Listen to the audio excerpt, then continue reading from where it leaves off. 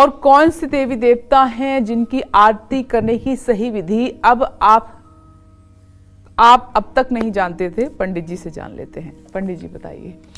भगवान गणेश कलौ चंडी विनायको, सबसे पहले पूजा सनातन धर्म में भगवान गणेश की ही होती है। जी बिल्कुल।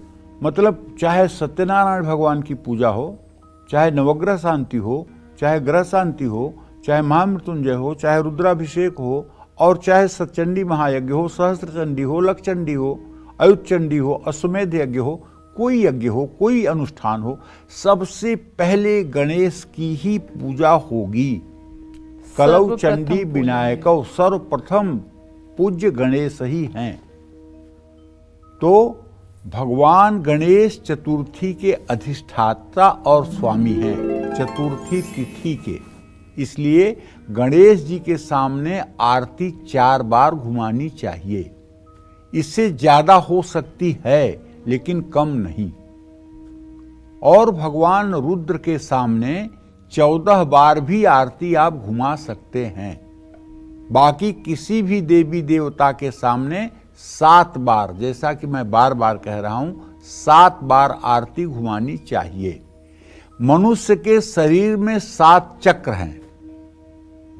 ये 7 चक्र 7 लोकों के परिचायक हैं।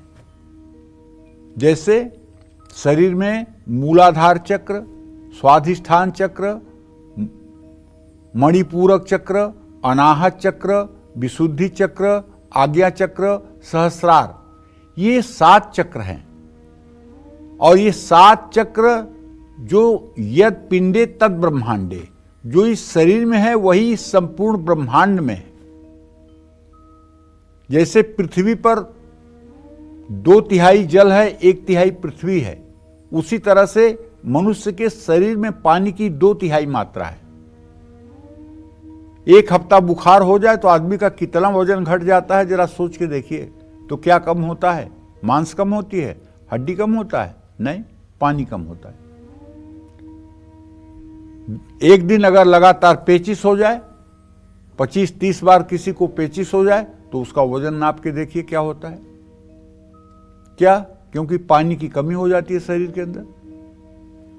तो भगवान की प्रतिमा पर जहां आप आरती कर रहे हैं, तो पहले चरणों से आरती दिखाना शुरू करिए।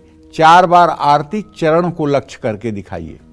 फिर 2 बार आरती नाभि देश को लक्ष्य करके दिखाइए। और फिर 1 बार आरती देव मूर्ति के मुखाकृति के सामने घुमाइए। कितना हुआ? 4, 2, 6, 1 7 बार हो गया। ठीक है? तो 7 बार आरती घुमाइए। और आरती को गोलाकार फिर 7 बार भी और आप घुमा सकते हैं। आरती संपन्न हो जाने के बाद थाल को पहले रखिए जमीन पर, और उसके बाद तांबे के लोटे में जो जल रखा हुआ है, तांबे के पात्र की जो आचमनी रखी हुई है, उससे जल लेकर के और चारों तरफ शीतलीकरण, मतलब आरती के चारों तरफ, पात्र के बाहर, जो पात्र में आरती आप रखे हैं उसके बाहर चारों तरफ जल गिरा दीजिए। जल गिराने के बाद भगवान जी को ऐसे ऐसे आरती करके फिर स्वयं आरती लीजिए। ठीक है? इससे आरती शांत हो जाती है। और फिर वहां उपस्थित जो लोग हैं उनको भी आरती दिखानी चाहिए। यही हमारा शास्त्र कहता है, यही हमारा सनातन धर्म कहता है, और यही हमारी शास्त्रीय पद्धति कहती है। जय मां विंध्यवासिनी।